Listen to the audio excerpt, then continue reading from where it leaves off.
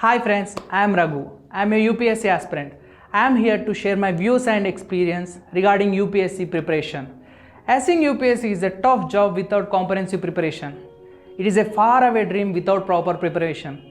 At the beginning of my career, I am in a great confusion and I don't know how to prepare and what books I have to read.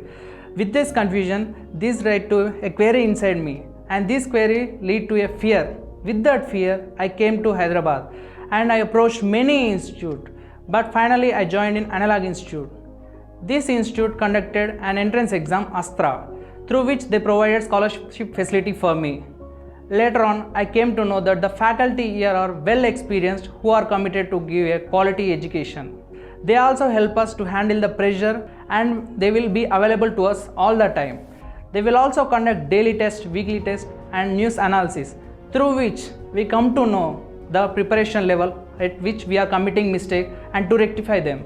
So friends, many of us are dreaming to crack the UPSC, but because of many problems, we are thinking and stepping back. So don't think that. My suggestion to you is to join Analog Institute, and thanks to all for giving me this opportunity.